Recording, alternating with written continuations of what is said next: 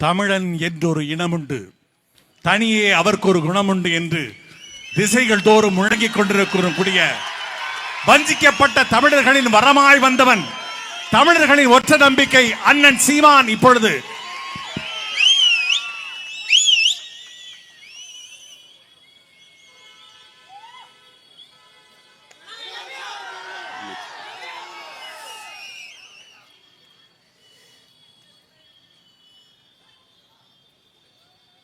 சொந்த நிலத்தில் அகதியாகும் தமிழர்கள் நாம் தமிழர் கட்சியினுடைய சுற்றுச்சூழல் பாசறை நடத்துகிற உணர்வு எழுச்சி மிக்க இந்த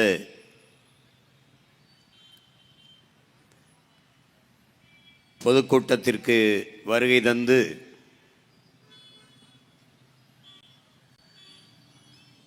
அமர்ந்திருக்கிற எங்களின் உயிரோடும் உணர்வோடும் கலந்து வாழ்கிற என் உயிர் சொந்தங்கள் அனைவருக்கும் என்னுடைய அன்பும் வணக்கமும்.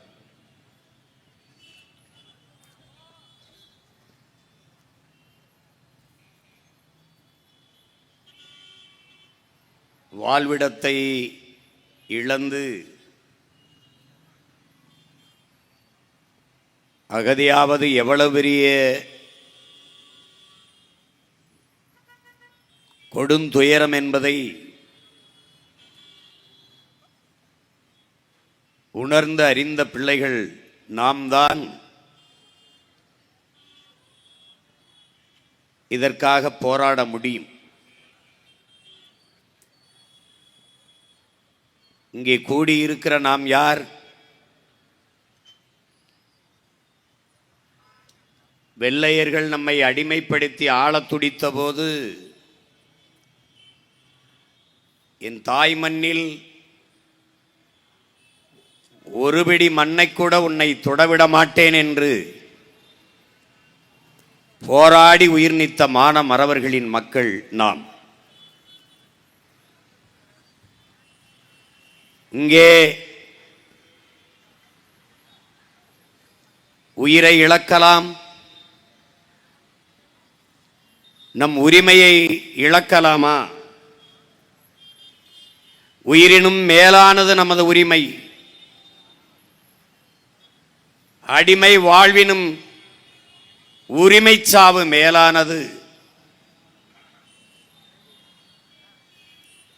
என்ற லட்சிய முழக்கத்தை முன்வைத்து தாய் மண்ணை மீட்க காக்க போராடிய நம்முடைய பாட்டன்கள் பூலித்தேவன், தீரன் சின்னமலை, வீர பெரும்பாட்டியார் வேலு நாச்சியார், அழகுமுத்துக்கோன், மாமன்னர்கள் மருதீர்வர்கள், வீரன் சுந்தரலிங்கம், மன்னர் கட்டபொம்மன், பெரும்பிடுகு முத்தரையர், இப்படி பல்வேறு வீர மறவர்களின் வாரிசுகள். அதன் பிறகு நம்முடைய பாட்டனார் செக்கிழுத்த செம்மல், நம்முடைய தாத்தாக்கள் தெய்வ திருமகன் முத்துராமலிங்க தேவர், தாத்தா பெருந்தலைவர் காமராஜர், கக்கன், சிங்கார வேலர், சிவானந்தம் போன்ற பெருமக்கள் எல்லாம் இந்த நிலம் வெள்ளையனிடம் பறிபோகி விடக்கூடாது என்பதற்காக போராடி பெருமீகம் செய்த மறவர்கள். அவர்களுடைய பிள்ளைகள், வழி வழியே வந்த அவர்களின் வாரிசுகள், அவர்களின் இரத்த சொந்தங்கள் இன்று அதே தாய் நிலம் ஆட்சி அதிகாரத்தில் இருக்கிற கொள்ளையர்களிடத்திலே என் தாய் நிலம் போய்விடக்கூடாது என்பதற்காக போராடி கொண்டிருக்கிறோம். வெள்ளையனை எதிர்த்து போரிட்டது, போராடியது போர் என்றால், இன்றைய ஆட்சியாளர்கள் அதிகாரத்தில் இருக்கிற கொள்ளையர்களை எதிர்த்து நாம் போராடுவதும் போர்தான் என்பதை என்னரும் தமிழ் தம்பி தங்கைகள் புரிந்து கொள்ள வேண்டும். இங்கே தெற்காசிய முழுமைக்கும் பரவி வாழ்ந்த ஒரு இனத்தின் பிள்ளைகள், இந்திய துணைக்கண்டம் முழுமைக்கும் பரவி வாழ்ந்த தமிழ் பேரினத்தின் மக்கள், தமிழ்நாடு என்கிற சிறிய நிலப்பரப்பிற்குள் காலடியில் குறுகி அடங்கி இந்த நிலத்தையும் கண்முன்னே பறிகொடுத்துக் கொண்டிருக்கிற பரிதாப நிலைக்கு தள்ளப்பட்டிருக்கிறோம். இதற்கு காரணம் வேறு யாரும் அல்ல. எந்த அதிகாரம் நம் அன்னை நிலத்தை நம்மிடத்தில் இருந்து பறித்து முதலாளிகளுக்கு கையளிக்கிறார்களோ அவர்களுக்கே தொடர்ச்சியாக வாக்களித்து அதிகாரத்தை கொடுத்த நாம் தான் பெரும் குற்றவாளிகள். இங்கே பேசிய என் தம்பி தங்கைகள் எல்லாம் தெளிவாக எடுத்து விளக்கினார்கள். அரை மணி நேரத்திற்கு குறையாத காணொளி ஆவணப்படம் வேறு உங்களுக்கு திரையிட்டு காட்டப்பட்டது. எப்படி ஒவ்வொரு இடத்திலும் இவ்வளவுதான் பிரச்சனை என்று கருதி விடாதீர்கள். நேரமில்லை சொல்வதற்கு. நம்முடைய கவி பேரரசு வைரமுத்தவர்கள் சொத்தை பிரிவதல்ல சோகம், சொந்தங்களை பிரிவதும் அல்ல சோகம், தான் பிறந்த மண்ணை பிரிவதுதான் உலகத்தில் மிகப்பெரிய சோகம் என்று பதிவு செய்கிறார்.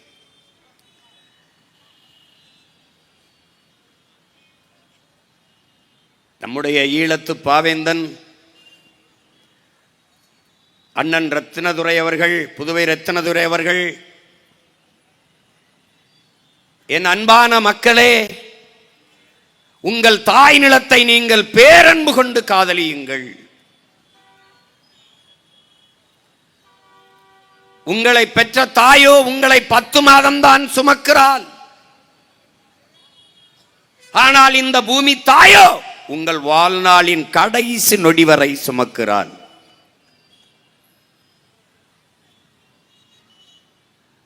அன்னையின் மடியிலிருந்து நீங்கள் இறங்கி முதலடி வைத்தது அவள் மடியில் தானே.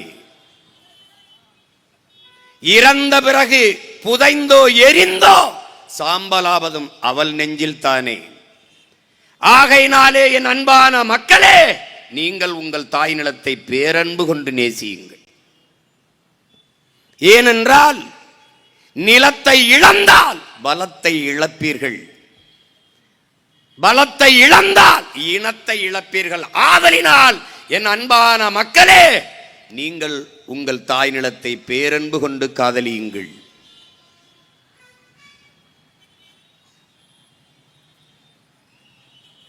உன் இடத்தினை உறுதி செய். இது என் இடம், இது என் நிலம் என்பதை உறுதி செய். உன் இனத்தை முன்னிறுத்து. இருக்க இடமற்றவன் அனைத்துலகம் பேச அருகதையற்றவன். நீ நிற்கவே இடமில்லை, நீ நிற்பதே உன் இடமில்லை என்றால் நீ அகதி, நீ நாடோடி. இதைத்தான் எங்கள் உயிர் தலைவன் மேதகவே பிரபாகரன் அவர்கள் நிலமற்ற இனமும் நிர்வாண உடலும் உலகில் அவமானகரமானது என்கிறார்.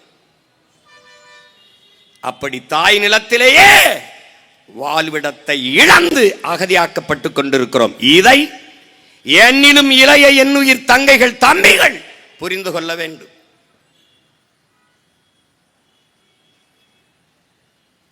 ஓட்டை குறிவைப்பவன் நாட்டை கவற்றி கவலைப்பட மாட்டான். மக்களின் வாக்கை குறிவைப்பவன் அவர்களின் வாழ்க்கையை பற்றி கவலைப்பட மாட்டான்.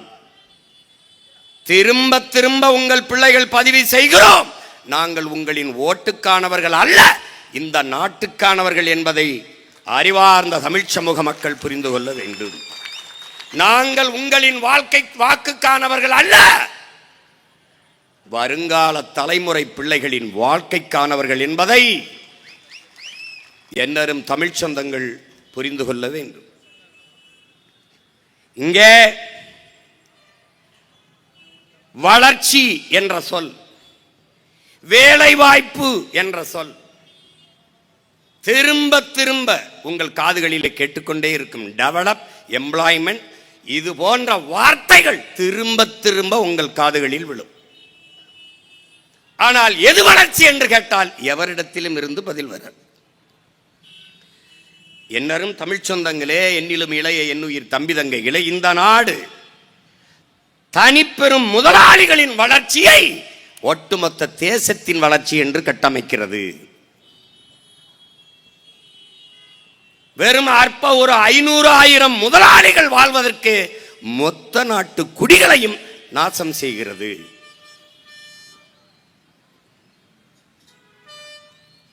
இங்கே வளர்ச்சி வளர்ச்சி இதை நுட்பமாக கவனிக்கணும். வளர்ச்சியை நோக்கி ஒரு நாடு போகிறது அப்படின்றால், ஒரு நாட்டின் குடிகளுக்கு அறிவை வளர்க்கும் கல்வி சரியாக சமமாக தரமாக தன் நாட்டின் குடிகளுக்கு அந்த அரசு கொடுக்கிறது. ஏழைக்கொன்று பணக்காரனுக்கொன்று உயர்ந்தவனுக்கொன்று தாழ்ந்தவனுக்கொன்று இல்லாது எல்லோருக்கும் சரியான சமமான கல்வியை ஒரு அரசு கொடுக்கிறது அல்லது கொடுக்க முயற்சிக்கிறது என்றால் அது வளர்ச்சியை நோக்கிய பயணம். உயிர்காக்கும் மருத்துவம் அது மகத்தான சேவை, என் மக்களுக்கு தேவை என்ற நோக்கிலே ஏழைக்கொன்று பணக்காரனுக்கொன்று என்று இல்லாது இந்த நாட்டின் முதல் குடிமகன், இந்த நாட்டின் பிரதம அமைச்சருக்கு என்ன மருத்துவமோ அது கடைகோடி மனிதனுக்கும் கிடைக்கும் என்ற நிலையை உருவாக்குவது அது வளர்ச்சி. ஒரு நாட்டின் குடிகளுக்கு தவிச்ச வாய்க்கு தண்ணி தர முடியாது, தரமான குடிநீரை தர இயலாத அரசு அரசா தரிசா என்பதை அறிவார்ந்த என் தம்பி தங்கைகள் கேள்வி எழுப்பி பார்க்க வேண்டும். தண்ணீரை கொடுக்க முடியாது தனியார் முதலாளி. அப்பலோ, கின்லே, அக்கோஃபனா அந்த முதலாளி தான் கொடுப்பான். மருத்துவம் தனியார் முதலாளி தான் கொடுப்பான். போக்குவரத்து தனியார் முதலாளி தான் நடத்துவான். கல்வி தனியார் முதலாளி தான் நடத்துவான். தரமா அவனால் தான் கொடுக்க முடியும். கடைசியாக என்ன நடந்தது? குப்பையை கூட தனியார் முதலாளி தான் சரியாக அள்ளுவார். அறிவார்ந்த என் தம்பி தங்கைகளே, ஒரு கிலோ குப்பையை அல்ல 12 ரூபாய். ஒரு கிலோ குப்பை அள்ளுறதுக்கு 12 ரூபா அவன் எழுதி வச்சிருக்கிறது. இந்த அரசு நடத்துகிற கழிவறை இருக்குல்ல, இந்த கழிவறை கழுவ 3 ரூபா செலவழிச்சா நல்லா கழுவிடலாம், பளிச்சுன்னு கழுவிடலாம். 350 ரூபா ஒரு கக்குச கழுவ. இவங்க அந்த கக்குசிலே பூட்டி வச்சு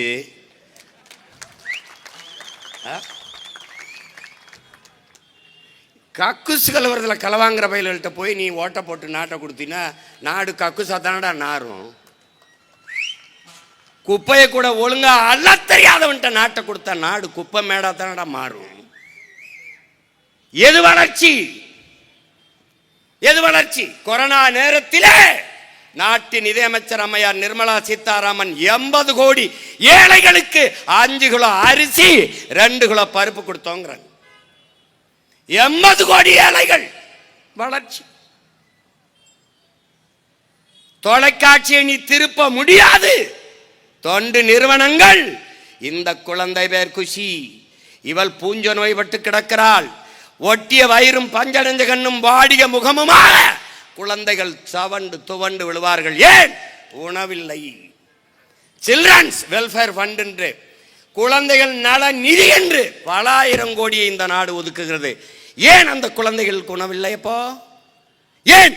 உங்கள் குழந்தைகளைப் போல ஊட்டமாக உணவு சாப்பிட உங்கள் வருமானத்திலிருந்து ஒரு 500 ரூபாயை கொடுத்து உதவுங்கள் என்று தனியார் தொண்டு நிறுவனங்கள் கையேந்துறது என்றால் அரசு என்ன செய்து கொண்டிருக்கிறது? நாட்டின் எதிர்காலம் என்பது இந்த பிஞ்சுகள் தானே, இந்த இளம் தளிர்கள் தானே. அவர்களுக்கே உணவில்லை என்றால் எது வளர்ச்சி? எது வளர்ச்சி? வளர்ச்சி என்றால் எது? எதை நோக்கிய வளர்ச்சி? யாருக்கான வளர்ச்சி? யாருக்கான வளர்ச்சி? உலகத்திலே மிகப்பெரிய பணக்காரர் அதானி இருக்கிற நாட்டில்தான் 28 விழுக்காட்டு மக்கள் இரவு உணவில்லாமல் தூங்கச் செல்கிறார்கள். உடன் பிறந்தானே, இது வளர்ச்சி. பசியோடு என் நாட்டு குடிகள் படுக்க செல்ல மாட்டார்கள். பசியோடு என் தேசத்தின் பிள்ளைகள் பச்சிளங்குழந்தைகள் படுக்க செல்ல மாட்டார்கள் என்ற உறுதியை இந்த ஆட்சியாளர்கள் தர முடியுமா? தந்து இருக்கார்களா? பிறகு எது வளர்ச்சி? எது வளர்ச்சி?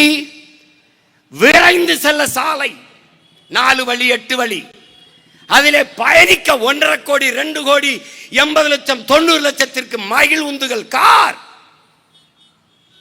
மலையை நொறுக்கி மாளிகை, மலையை கற்களாக்கி சாலை ரோடு, விரைந்து செல்ல விரைந்து செல்ல.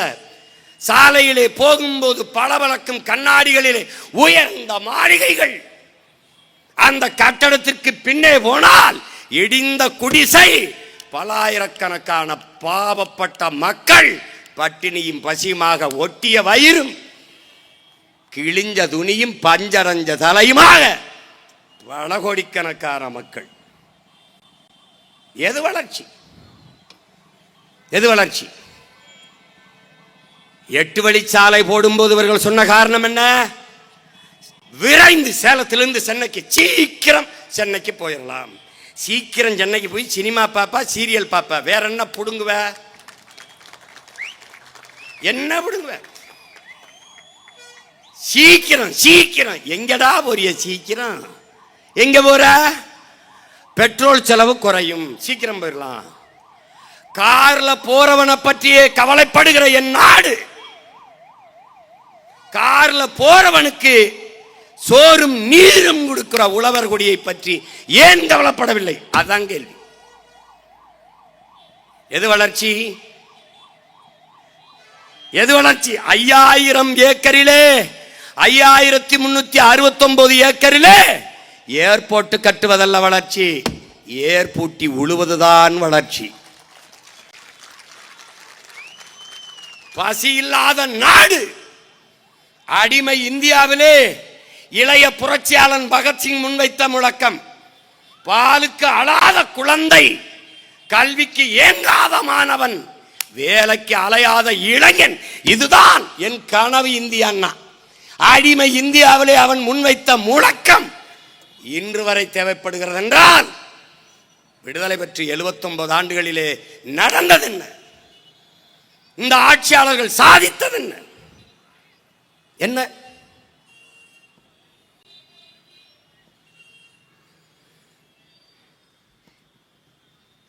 திரும்ப திரும்ப உங்கள் உடன் பிறந்தன் கற்பிக்கிறேன்.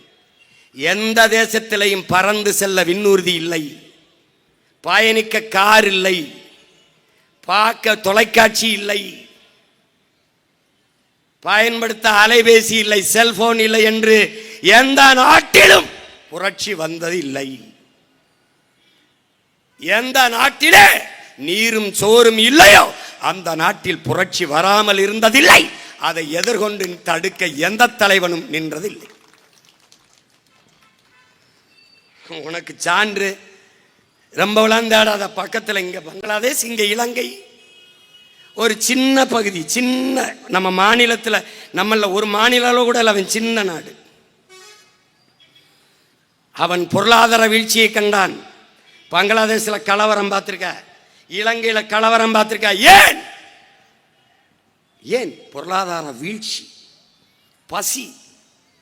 1 கிலோ ஆப்பிள் 1000 ரூபாய்னா, பெட்ரோல் லிட்டர் 5000னா, அதிபர் ராஜபக்சே வீட்டை மக்கள் முற்றுகையிட்டார்கள். விலை உயர்ந்த காரை கூட